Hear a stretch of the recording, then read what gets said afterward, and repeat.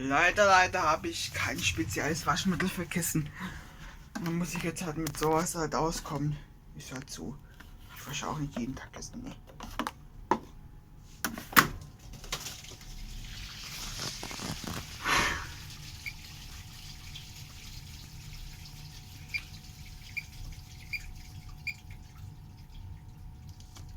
Na, ist besser, wa? Ne, war auch nicht. Ich dreimal.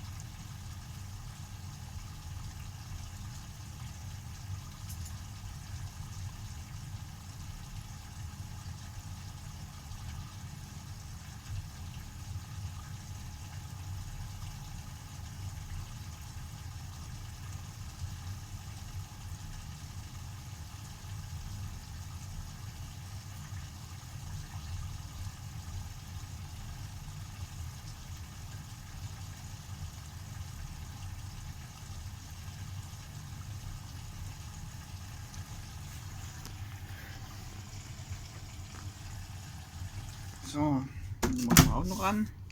Ist auch ein Kissen drin. Ein Downkissen, um genau zu sagen.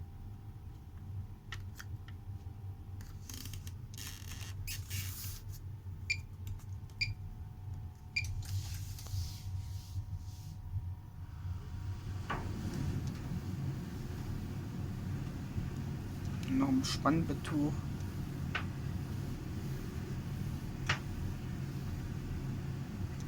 Na gut, ich bin jetzt auch nicht der größte Wäscheexperte.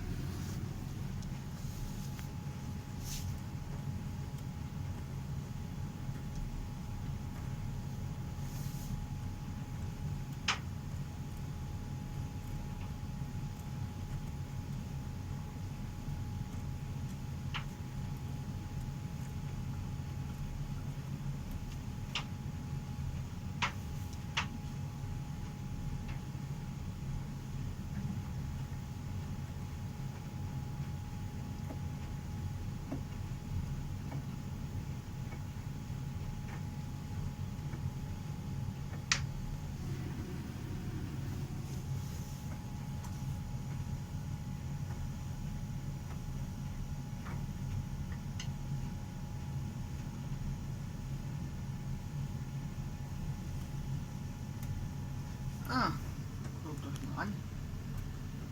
Reduziert die Zeit.